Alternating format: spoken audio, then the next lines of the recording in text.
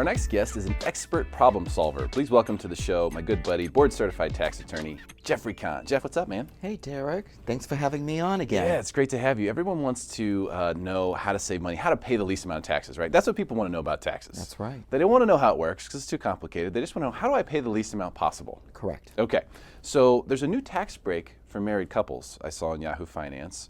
I wanted you to kind of speak to that and say, is it something that's really applicable? Is it something that people should really be able to use? Okay, yeah, definitely.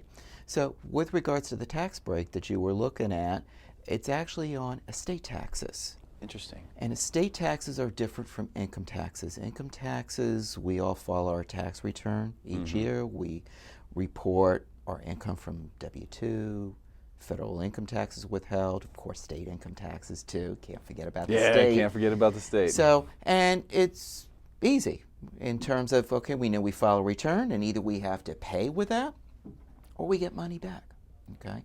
The estate tax though is an estate tax that if it gets triggered, it's triggered because of your death, and it's a tax not based on how much income you earned, but how much wealth you had when you died. Interesting. So what is the break actually for? So married couples, if one of them is to pass away, there's an estate tax break, but it only works in certain circumstances, right? That's right. Well, every person is given an exemption. And that exemption's been going up each and every year because it's one of those figures that gets adjusted by the government each year for inflation. So that exemption is currently worth $5.43 million. Wow. Okay? That's not a $5.43 million tax credit. What that is as long as you have wealth that doesn't exceed that amount, you don't even have to worry about estate tax. That credit, though, or that exemption only applies per person, and under the old law, if you died and you didn't use it, it got lost. So think about it. You're married, you die first. After all, husbands always die first, right? Yeah, it's part of our duty. Okay, exactly, exactly. So you die first, and you don't utilize this exemption, and you give everything to your wife. Now your wife dies. She dies with the same amount of wealth that the two of you had, but the only exemption she has is her exemption. I see. The husband's exemption is lost. So think about it. If the exemption is $5.43 million, and together the two of you have a $10 million estate, under the old law, if husband didn't use his exemption when he died, now when the wife dies, there's going to be an estate tax due. A lot. On her death. A lot. But under the old law, we were able to properly plan for that by dividing up the estate, doing separate trusts, and therefore preserving both exemptions and giving the survivor spouse the benefit of wealth from both estates. Under the new law, you don't need to do that any longer. In other words, you could have been lazy, not go to an attorney and get your estate plan done.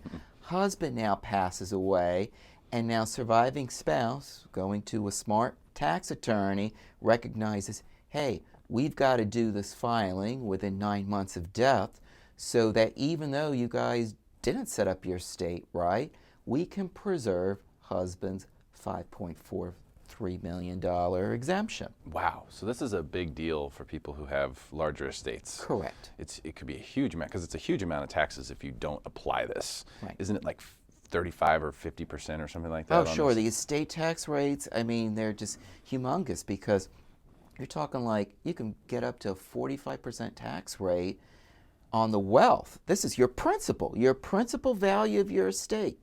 Can you imagine that? You die and you've got a $10 million estate and you don't do the right planning, and now you're writing a check to the government for millions of dollars. $2 million.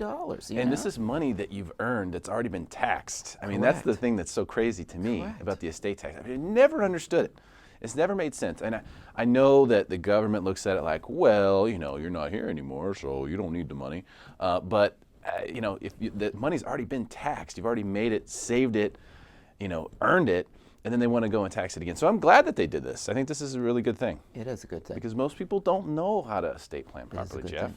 And there's another benefit, too, with this process, this new process that has come out, and that is not everyone knows that when you inherit an asset, you get a new basis. It's called a step-up in basis. Oh, really? And that basis is equal to the fair market value of the property, so or asset. So let's assume my father owns a vacant piece of real estate in San Diego, okay?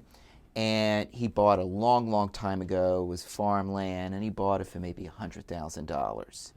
And now it's worth $1 million. Well, if Dad were to gift that property to me while he's alive, my basis is whatever his basis was. Oh, wow. So if I turn around, sell the property right away, I got a $900,000 gain. But if Dad bequeathed it to me, which means I got the property when he died, and the property was worth $1 million when he died, my basis now is going to be $1 million. I could turn around, sell that property for $1 million, no capital gain. That's huge. That's huge for people who are trying to pass along assets to Correct. understand. Correct. Wow. And does that have to do with the estate planning process, or is that just part of the new rule?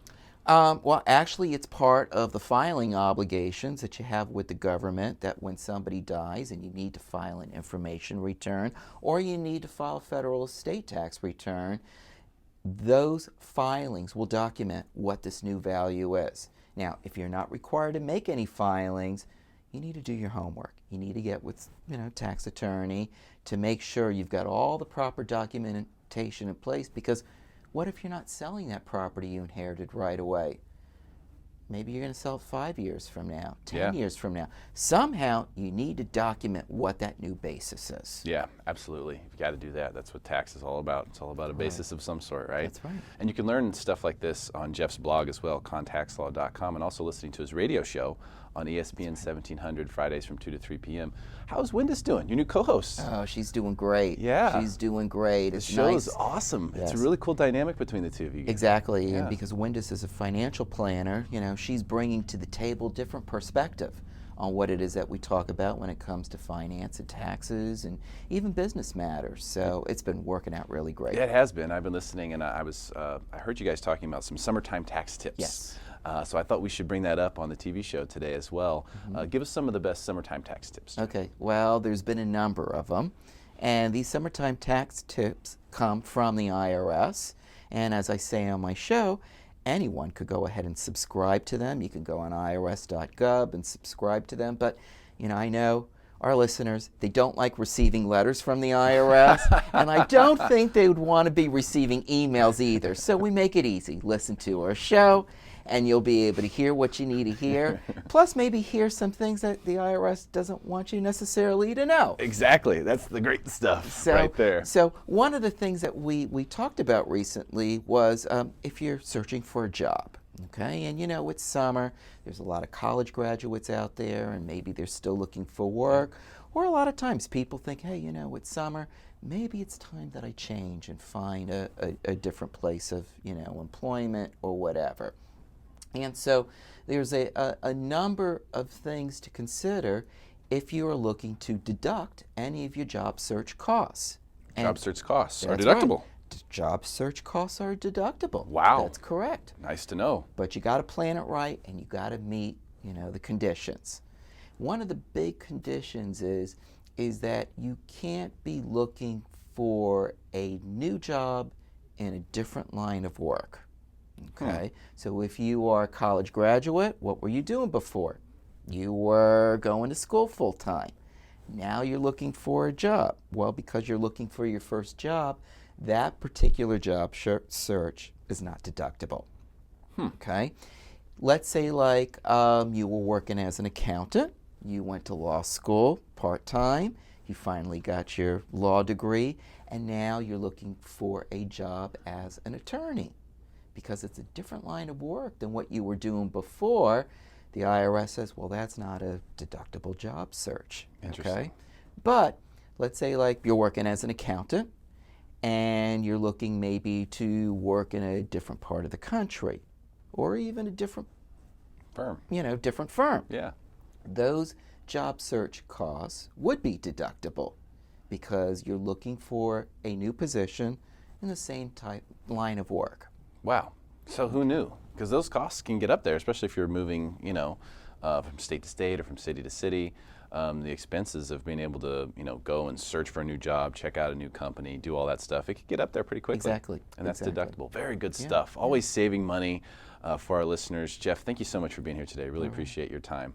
Thanks for having me, Derek. Absolutely. That's board certified tax attorney Jeffrey Kahn. If you or anyone you know is having tax problems, he is the guy to call. And if you want to read a great blog, go to his website, KahnTaxLaw.com. Stick around for more Smarter San Diego TV, where we guarantee to make you smarter than everyone else, commercial free.